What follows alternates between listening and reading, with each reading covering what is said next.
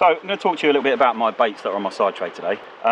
It's very, very simple. Again, because we're trying to target all fish, rather than fishing pellets and things like that, which can be a little bit more selective, especially as it starts to cool down.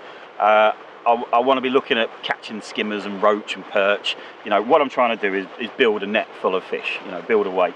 So I like to keep things very, very simple and use live baits and dead maggots. So live bait wise, very, very simple, just a mixture of red and white maggot.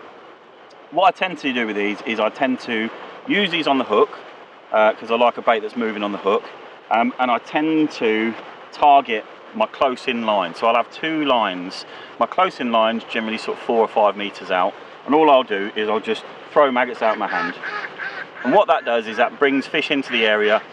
The fish that you tend to catch close in tend to be the more active fish, so you tend to catch roach and you can catch F1s there later on.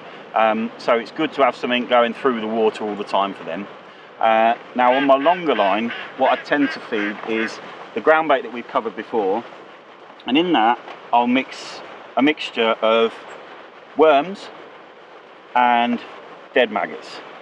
Now what I like about these, they're quite an inert mix. So if you're not catching F1s, you can catch skimmers and things like that, which tend to prefer a bit more of an inert mix.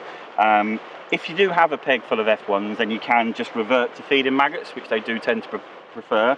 So, you know, as the session goes on, if you're on a good peg, if you're in a good area where there's F1s, then you can just feed maggots through a pot, and it's very, very simple.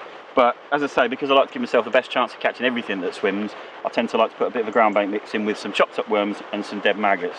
Now, because that longer line is sort of focused more towards things like skimmers that tend to be the reliable kind of fish here in the colder months, then these absolutely scream skimmers to me.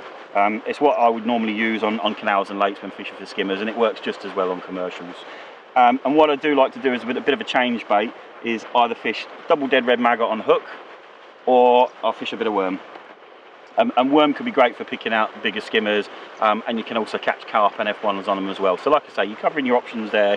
You've got 3 good baits that will give you a chance of catching all the fish that are in here.